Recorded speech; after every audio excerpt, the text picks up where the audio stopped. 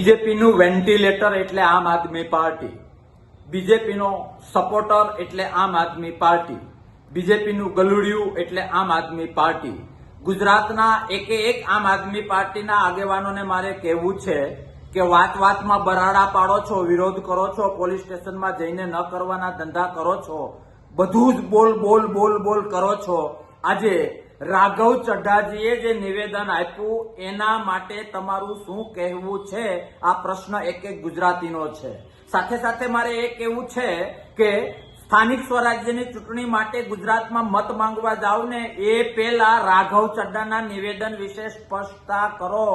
કારણ રાઘવ ચઢ્ઢા ખુદ કહે છે કે તમે એ લોકોને બીજેપીને નુકસાન થાય એવું પાર્લામેન્ટમાં બોલવા દેતા નથી. આ ખુલ્લમ ખુલ્લા સાબિત થાય છે કે તમે લોકો બીજેપીના સપોર્ટમાં છો, બીજેપીને સાથ આપો છો, બીજેપીના વેન્ટિલેટર તરીકે કોંગ્રેસના મત તોડવા માટે કામ કરો છો.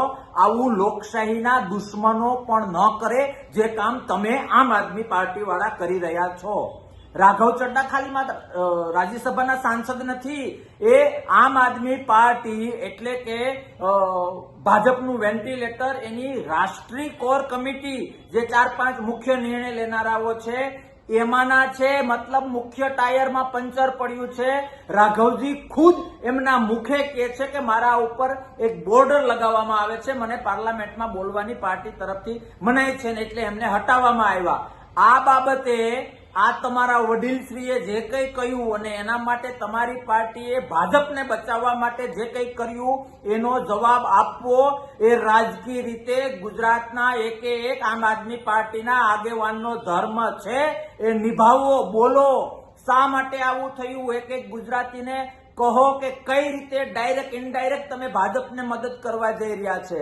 અનેક વખત ઘણા સમયથી હું આ કહેતો આવ્યો છું, પણ હવે તો તમારા જ રાજ્યસભાના સાંસદ, કોર કમિટીના સભ્ય ખુદ બોલી રહ્યા છે કે બીજેપીને નુકસાન થવા દેવા માંગતી નથી. એવી કોઈ પાર્ટી હોય તો એ આમ આદમી પાર્ટી છે. ગુજરાતી અને દેશના લોકોની આંખમાં ધૂળ નાખનાર, લોકશાહીને તોડવાના પ્રયત્નો કરનાર, ઇનડાયરેક્ટલી બીજેપીનું વેન્ટિલેટર એ આમ આદમી પાર્ટી છે. એ બાબતે સ્પષ્ટતા કર્યા પહેલા આગામી ચૂંટણીમાં મત માંગવા ન જાતા, નહીં તો લોકો આ પ્રશ્ન કરશે કે રાઘવજીના એ સ્ટેટમેન્ટ બાબતે તમારું શું માનવું છે.